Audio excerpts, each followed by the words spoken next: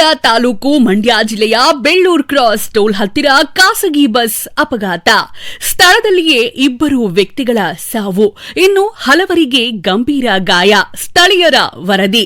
ರಾಷ್ಟ್ರೀಯ ಹೆದ್ದಾರಿಯಲ್ಲಿ ಖಾಸಗಿ ಪ್ರಯಾಣಿಕರ ಬಸ್, ಸುಗಮ ಟೂರಿಸ್ಟ್ ಪ್ರಯಾಣಿಕರ ಬಸ್ ನಿಯಂತ್ರಣ ತಪ್ಪಿ ಭೀಕರ ಅಪಘಾತಕ್ಕೆ ಈಡಾದ ಘಟನೆ ನಡೆದಿದೆ. ಅಪಘಾತದ ತೀವ್ರತೆಗೆ ಬಸ್ ರಸ್ತೆ ಪಕ್ಕಕ್ಕೆ ಮಗುಚಿ ಬಿದ್ದಿದ್ದು, ಬಸ್ಸಿನ ಮುಂಭಾಗ ಸಂಪೂರ್ಣವಾಗಿ ಜಜ್ಜುಗುಜ್ಜಾಗಿದೆ.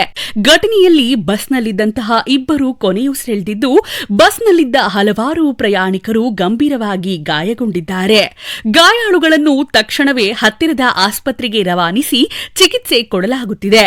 ಇನ್ನು ಘಟನಾ ಸ್ಥಳಕ್ಕೆ ಪೊಲೀಸರು ಭೇಟಿ ನೀಡಿ ಪರಿಶೀಲನೆ ನಡೆಸಿದ್ದು, ಕ್ರೇನ್ ನೆರವಿನಿಂದ ಮಗುಚಿ ಬಿದ್ದಿದ್ದ ಬಸ್ ಅನ್ನು ತಿರುಗುಗೊಳಿಸುವ ಕಾರ್ಯಾಚರಣೆ ನಡೆಸಿದ್ದಾರೆ.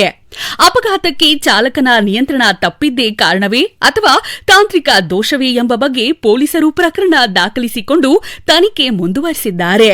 ವರದಿ ರಾಜೇಶ್ ವಿಆರ್.